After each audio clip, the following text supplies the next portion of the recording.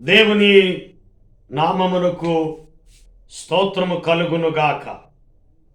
ఈ ఉదయకాలం దైవవాక్యం కొరింథీయులకు రాసిన పత్రిక 11వ అధ్యాయము 27వ వచనం.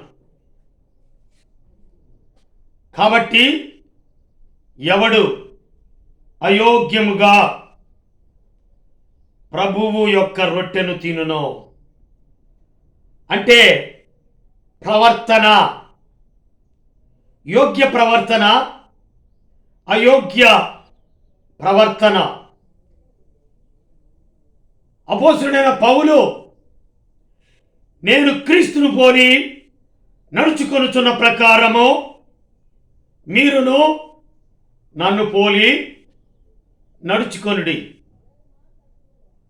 పాత నిబంధనలో ఉన్న ఇశ్రాయేలీల మొట్టమొదటి రాజు సౌలు సమూయేలు అంటున్నాడు, నీ దృష్టికి నీవు అల్పుడుగా ఉన్నప్పుడు ఇశ్రాయేలీల గోత్రమునకు శిరస్సు వైతివి. నీవు నీ తండ్రి గాడిదలు మేపుకునేవారు. గాడిదల కాపరిని ఇశ్రాయేలీయులకు కాపరిగా మొదట రాజుగా చేస్తే, నీ దృష్టికి నీవు అల్పుడుగా ఉన్న నిన్ను అధిపతిగా చేస్తే, దోపుడు మీద ఎగబడి దోచుకున్నట్లుగా యెహోవా మాట వెనుక తిరుగుబాటు చేశావు. సోదె చెప్పుట అను పాపముతో సమానము. మూర్ఖత, మూర్ఖంగా సౌలు ప్రవర్తించాడు. పాత నిబంధన సౌలు, నూతన నిబంధనలో సౌలు కూడా మూర్ఖంగా ప్రవర్తించాడు. అంటే సంఘాన్ని హింసించాడు. స్త్రీలనేమి, పురుషులేమి, పిల్లలేమి సంఘాన్ని హింసిస్తున్నాడు. అతడు ప్రయాణం చేయొచ్చు. దమస్కు మార్గము దగ్గరకు వచ్చినప్పుడు ఆకాశం నుండి ఒక వెలుగు అతని చుట్టూ ప్రకాశించింది.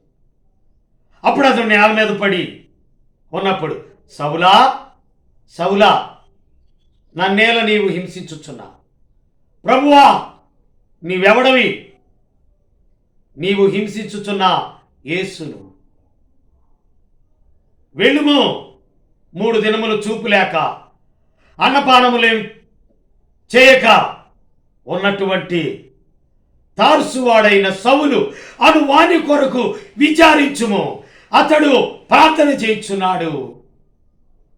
అతని మీద చేతులుంచుట, స్వస్థత పొందుట దర్శనంలో చూస్తున్నాడు. సౌలు అను వాని కొరకు విచారించుము అననీయా అన్నప్పుడు, ఈ సౌలు అనేటటువంటి వాడు ఎంతో మందికి కీడు చేసి ఉన్నాడే.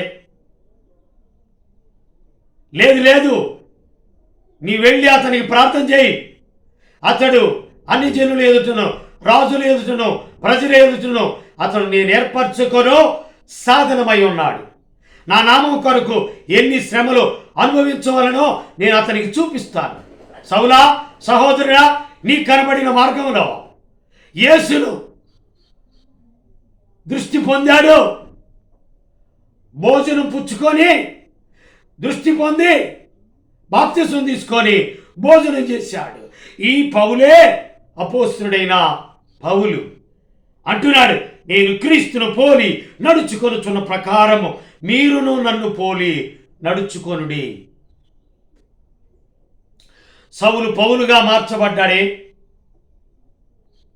లోపంగా ఉన్న వాటిని సరిదిద్దమని ఎవరికి చెప్తున్నాడు?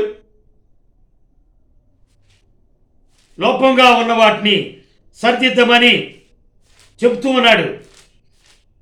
ఎవరితో మాట్లాడుతున్నాడంటే అపోస్తలుడైన పౌలు. క్రేతులో నిన్ను విడిచిపెట్టి తిని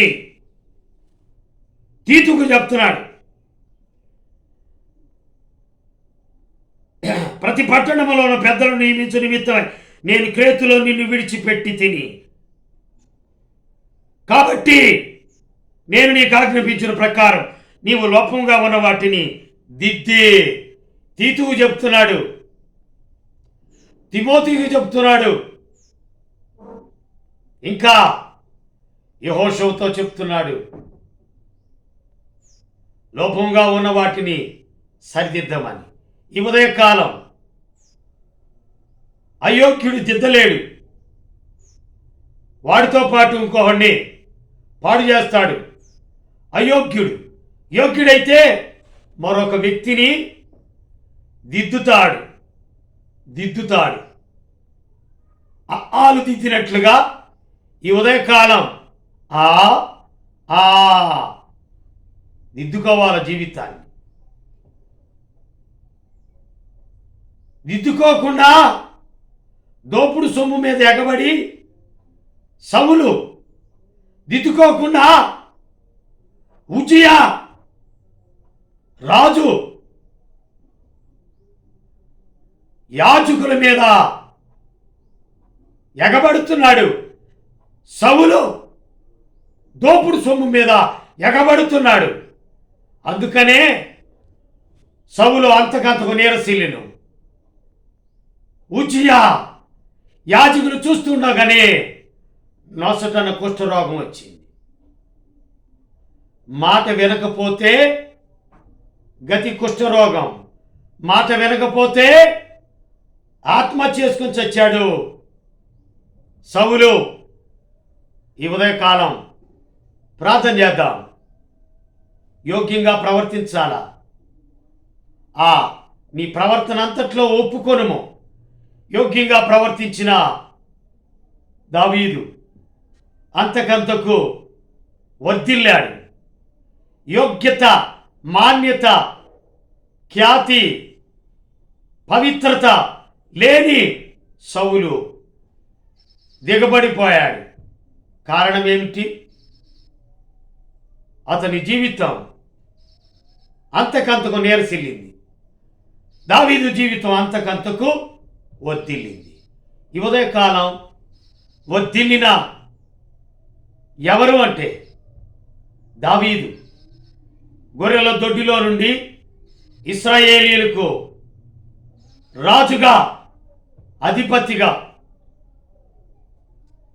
లేదా ప్రభువైన యేసుక్రీస్తు వడ్రంగి కుమారుడు, ఆయన పనిచేసి తన తల్లిని తండ్రిని పోషించాడు.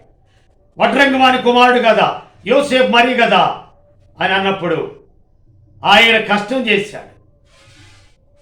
ఆయన స్థితి తండ్రి కుడిపార్శ్వంలో ఉన్నాడు. లాజరు, బీద లాజరు, ధనవంతుడి ఇంట పడు రొట్టె ముక్కలు కడుపు నింపుకొని ఆశపడే, కుష్ఠరోగం, కురుపులతో నిండినవాడు. అయితే అబ్రహాము రొమ్మున ఆనుకున్నాడు. ఈ ఉదయకాలం యోగ్యులైతే దేవుని రాజ్యం, యోగ్యులు కాకపోతే ఈ రాజ్యం ఉండదు.